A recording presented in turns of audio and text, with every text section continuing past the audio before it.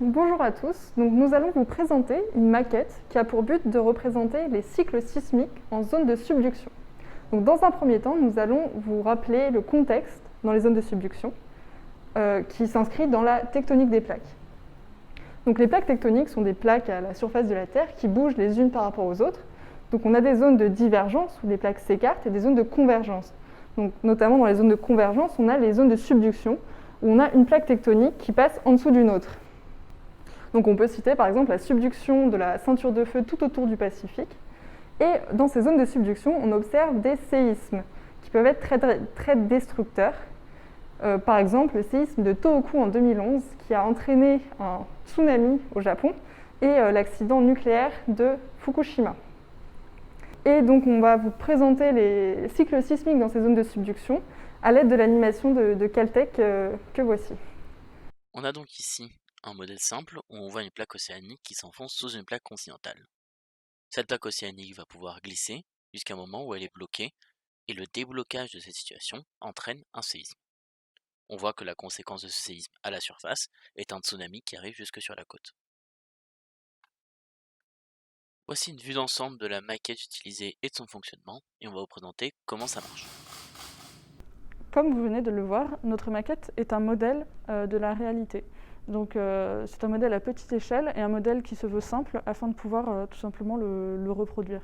Notre maquette est constituée d'un patin. Celui-ci représente la croûte continentale située ici. Je prends l'exemple d'une subduction océan-continent, mais il existe aussi des subductions océan-océan, etc. Cette croûte continentale va être soumise à des frottements avec la plaque plongeante qu'on appelle slab. Et cette plaque va ici être représentée par cette plaque de papier de verre. Et le papier de verre permettant donc de reproduire ces frottements entre le slab et le patin. Cette plaque de papier de verre qui représente le slab va être tirée vers l'avant à une vitesse U par exemple, par une masse qui représente donc le bout du slab. Cette masse est plongée dans un liquide visqueux et ceci permet de jouer le rôle de la viscosité du manteau asténosphérique dans lequel plonge le slab. Cette viscosité va permettre de limiter les effets d'accélération qu'on pourrait avoir sans ce liquide visqueux.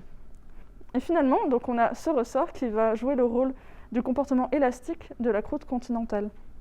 En effet, la croûte continentale, comme vous l'avez vu dans la vidéo précédente, va accumuler de la contrainte au moment de la phase intersismique. Donc elle va se comprimer comme le ferait le ressort, puis relâcher cette contrainte au moment du séisme. On peut jouer sur différents paramètres sur cette maquette. Tout d'abord, on va pouvoir jouer sur la raideur du ressort.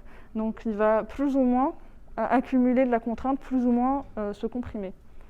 On peut aussi jouer sur la viscosité du manteau, enfin la viscosité qui représente celle du manteau. Encore sur la masse du slab, donc qui va influer sur la force qu'on appelle slab pull qui tire le slab vers le bas. On peut augmenter par exemple la masse du patin.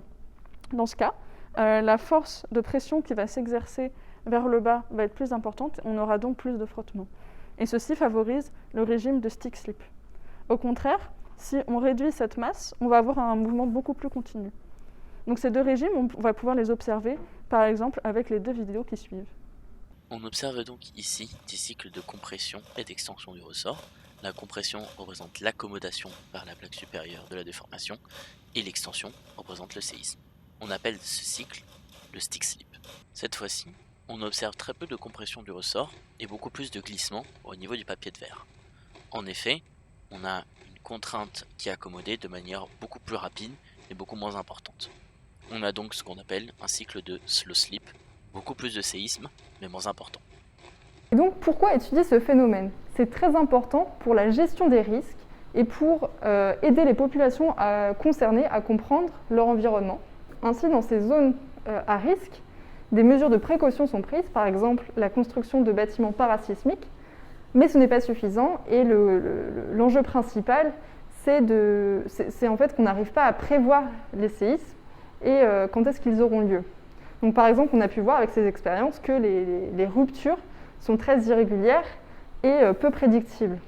c'est important de comprendre ces mouvements, et notamment cette maquette nous a permis de nous rendre compte que des mouvements très lents entre deux plaques tectoniques, donc de l'ordre de quelques millimètres par an, peuvent entraîner des mouvements très rapides et des ruptures brutales, donc avec des déplacements de plusieurs mètres en seulement quelques secondes ou quelques minutes.